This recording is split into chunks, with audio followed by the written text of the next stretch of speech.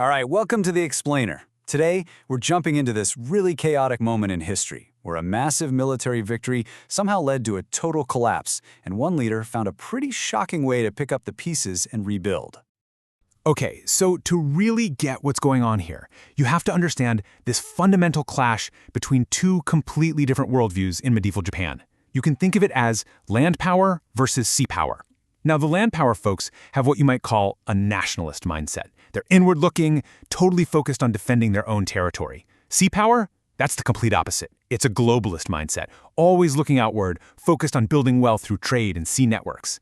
And this one single conflict? It's the key to understanding everything that comes next. So, first up, let's talk about the victory that, believe it or not, caused a total collapse.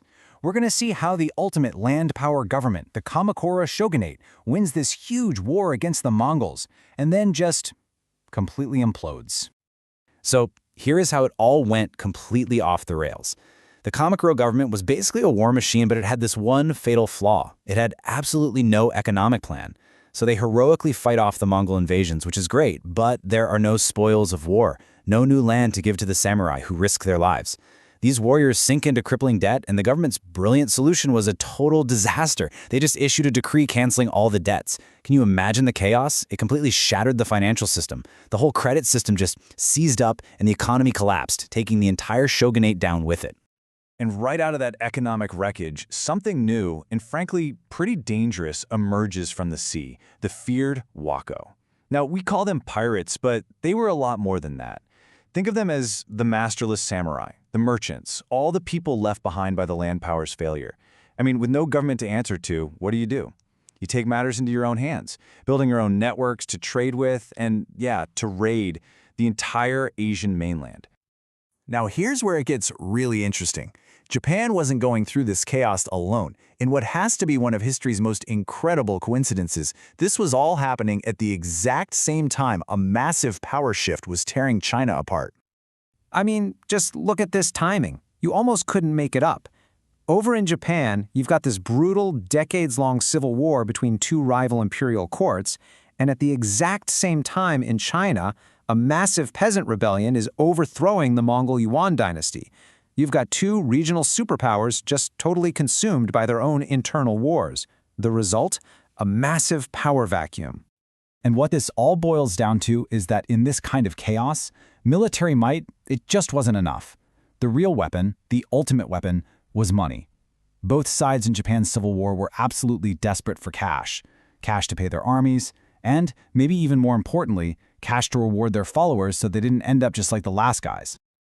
So this desperation, it pushes the new shogun, a guy named Ashikakga Yoshimitsu, to try something, well, something that was as brilliant as it was controversial.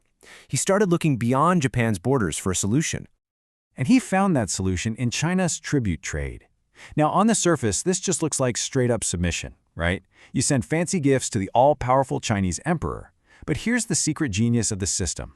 To show off how powerful and generous he was, the emperor had to give you back gifts that were worth way more than what you gave him. It's kind of like a diplomatic hack, a path to massive profits, all wrapped up in a show of humility. And we're not talking about a small profit here. The numbers were absolutely staggering. For every 1 unit of value you sent over to China as a humble tribute, you could get back 5, 8, sometimes even 10 times that amount in return.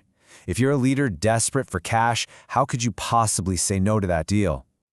Okay, but there was a huge catch. China was still a mess, stuck in its own civil war. So if Yoshimitsu sends this big tribute mission, who does he send it to? If he backs the wrong guy, the whole deal is off. And worse, he'd make a seriously powerful enemy right next door. Not good. But Yoshimitsu's solution to this, it's an absolute masterclass in sneaky, pragmatic diplomacy. He writes 2 completely different letters. Then he gives both of them to one trusted merchant with some very simple instructions. Sail to China, hang out, see who actually wins the war, and then deliver the correct letter to the winner and burn the other one. He was literally playing both sides until the last possible second. And when you look at the 2 letters side by side, wow, the difference is just stunning. It's night and day. The letter to the emperor who was about to lose power was respectful, written peer-to-peer. But the one for the guy who actually won? That one was an exercise in extreme calculated groveling, with Yoshimitsu calling himself a mere subject of the emperor. And you know what? This super over-the-top flattery, it worked like a charm. The new Yongle emperor, fresh off a bloody civil war, was absolutely thrilled to get this kind of grand recognition from a foreign ruler. He was more than happy to accept Yoshimitsu's tribute. So the big question is, was this whole act of national humiliation actually worth it? Let's take a look at what all that gold really bought him. The impact was immediate, and it was massive. This tribute trade wasn't just a side hustle. It became the single largest source of income for his entire government. I mean, look at this. A whopping 60% of his government's entire revenue came from this one single move. His treasury was suddenly overflowing with more wealth than any shogun had ever seen before. And with all that cash, Yoshimitsu could finally do what the last government couldn't. He brought political stability, he unified the government, and he finally had the money to bring that long, grinding civil war to an end. It even kicked off a golden age of culture, funding incredible art and leading to timeless treasures like the famous King Kakoji, the Golden Pavilion. So at the end of the day, by going all in on that sea power, that globalist strategy, Yoshimitsu pulled off what the land power nationalist failed to do so spectacularly. Yeah, he had to trade a little national pride, but in exchange, he bought his country real peace and prosperity. Which brings us to the big question we're left with. How should we see this guy? Was he a brilliant pragmatist who did what he had to do to save his country? Or was he a traitor who literally sold his nation's sovereignty for cash? It's a debate that really makes you think about what's more important, national pride or practical results. Thanks for joining me on this one.